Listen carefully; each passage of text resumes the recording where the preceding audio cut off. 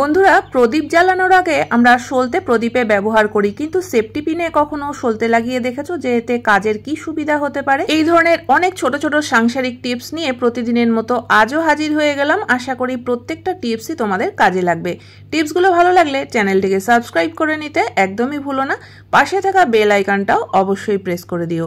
তো নমস্কার বন্ধুরা, মৌস প্যাশনে তোমাদের সকলকে স্বাগত জানাই। আশা করি তোমরা সকলেই ভালো আছো। তো চলো আজকের প্রথম টিপস দেখে নেওয়া যাক। রান্নাবান্নার সুবিধার্থে সবসময় কিন্তু আমরা তেল মশলা সবকিছু হাতের কাছেই রাখি, যাতে রান্না করার সময় সবসময় আমরা সব জিনিস হাতের কাছে পেয়ে যাই। আর বন্ধুরা, প্রত্যেক দিনই আমাদের সব রান্নাতেই যে জিনিসটা গুরুত্বপূর্ণ সেটা হচ্ছে তেজপাতা, শুকনো লঙ্কা। প্রায় সব রান্নাতেই কিন্তু আমাদের ফোড়ন দিতে হয়।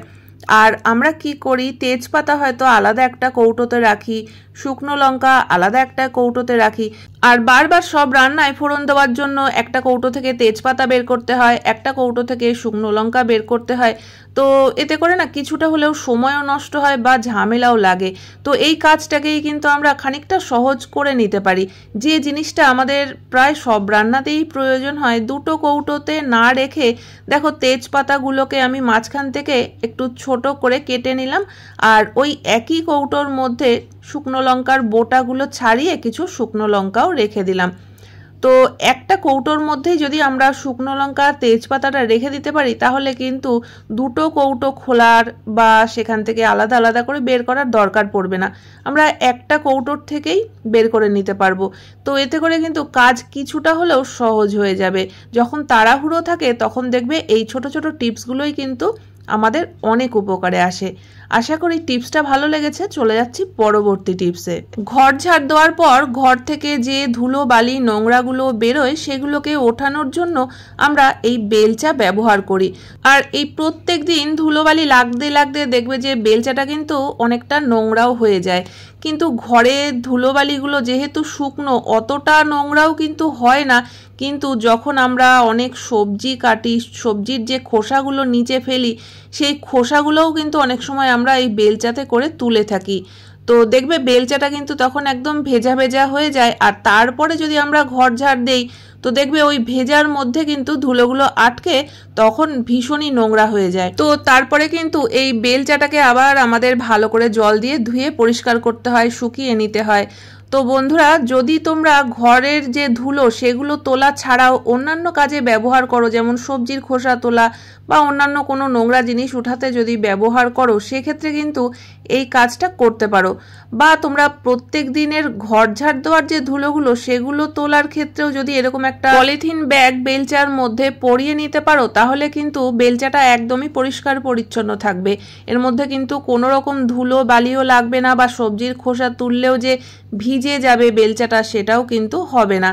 তো এইভাবে করে কিন্তু তোমরা কাজটা করতে পারো। আর যখন প্লাস্টিকটা নোংরা হয়ে যাবে, একদিন দুদিন পর পর ফেলে আবার নতুন একটা লাগিয়ে নিতে পারো। তো চলে যাচ্ছি পরবর্তী টিপসে। লঙ্কা তো আমরা সব রান্নাতেই দিয়ে থাকি প্রত্যেক দিন, তবে বেশিরভাগ রান্নাতেই কিন্তু লঙ্কা আমরা এরকম লম্বাভাবে চিড়ে দিয়ে দিই। আবার কিছু কিছু রান্নাতে কিন্তু লঙ্কাটাকে একদম কুচিয়ে নেওয়ার প্রয়োজন হয়। তো লঙ্কা কুচাতে গেলে দেখবে যে এই ডান হাতের যে বুড়ো আঙুলটা, তার উপরেই কিন্তু ছুরিটা এসে লাগে। আর লঙ্কা কাটার পর লঙ্কার ঝালটাও কিন্তু এই আঙুলটাতেই বেশি লাগে।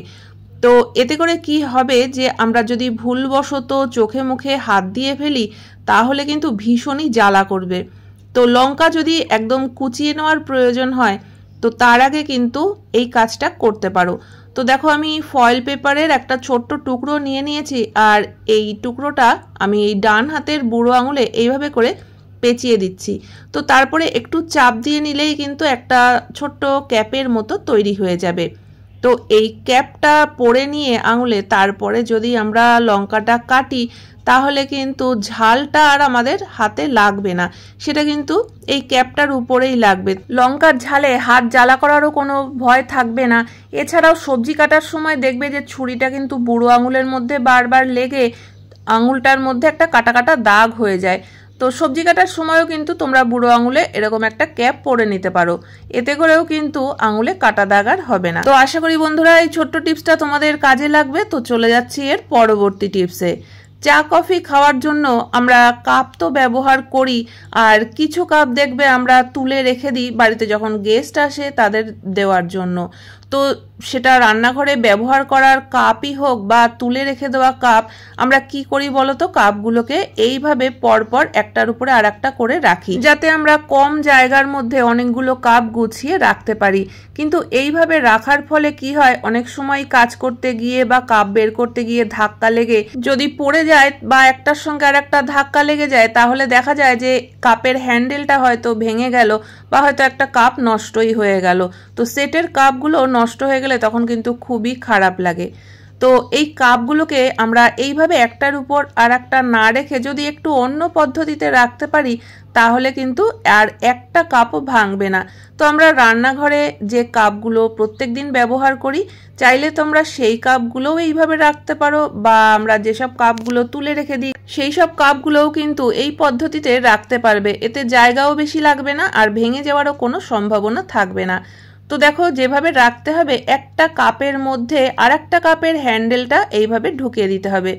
তো এরকম ভাবে আমরা কিন্তু 4টে কাপ কম জায়গার মধ্যে রাখতে পারবো, আর হ্যান্ডেল কখনোই ভেঙে যাবে না, কারণ দেখো প্রত্যেকটা হ্যান্ডেলই কিন্তু প্রত্যেকটা কাপের ভিতরে রাখা রয়েছে। তো এই পদ্ধতিতে কিন্তু তোমরা কাপগুলোকে গুছিয়ে রাখতে পারবে।